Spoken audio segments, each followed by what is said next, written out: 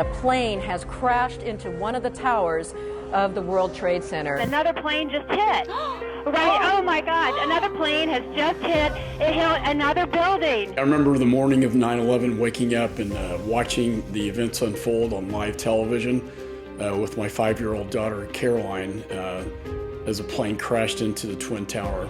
And she asked me, "Daddy, why'd that plane fly into the building?" And then the second plane hit. And at that point, I knew it wasn't an accident, that it was an act of terrorism. After that tragic day, I worked at the Justice Department as the Chief of Counterterrorism and National Security, prosecuting terrorism cases. After getting elected to Congress, I joined the Committee on Homeland Security and then eventually became the chairman of that committee. The attack appears timed for maximum impact. We're going to need more ambulance there. We need some more ambulance.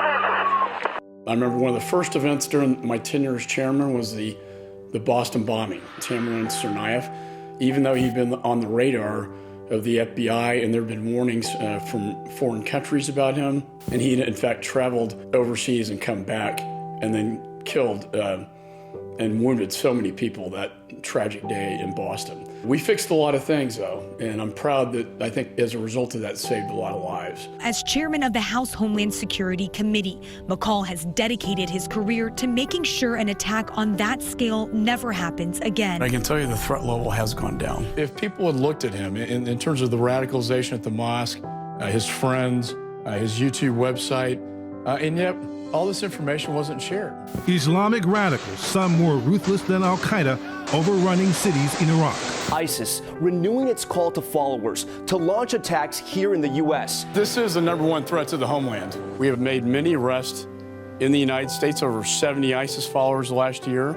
We have 1,000 investigations in all 50 states. When we're stopping like we did the 4th of July plot, when we stopped at Garland. ISIS continues to lose ground in Syria. I'm proud to say that working with the Department of Homeland Security, with the FBI, and the intelligence community, we were able to stop probably 95% of those attacks to kill Americans. I commend the FBI and Homeland for stopping so many terrorist plots, what they have done to protect Americans, both from radical Islamist terrorism to the threat of drugs pouring over our southwest border and drug cartels and human trafficking issues that I've been very involved with and have passed many bills and signed into law, into legislation that will help.